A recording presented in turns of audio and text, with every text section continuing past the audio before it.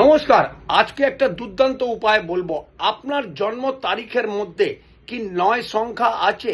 যেমনি 1900 সেঞ্চুরিতে 9 তো পাবেনই পাবেন।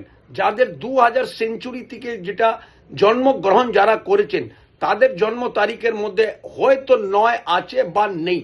যাদের নেই তাদের জীবনে এনার্জি বা উদ্যমতা খুব কম পাবেন।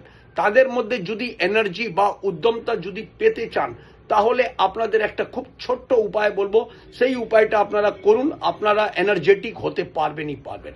আপনারা লাল কার হাতে বেঁধে নিতে পারেন, বা বিপত্তারিণীর যে কার আপনারা বাঁধেন সেটা বাঁধতে পারেন, বা লাল টিপ সর্বদা লাগান। দেখবেন আপনাদের জীবনে যে 9, কারণ 9-এর সংখ্যা হয় মঙ্গলের সংখ্যা, আপনাদের মধ্যে এনার্জি আসবে বেশিরভাগ এই বছর।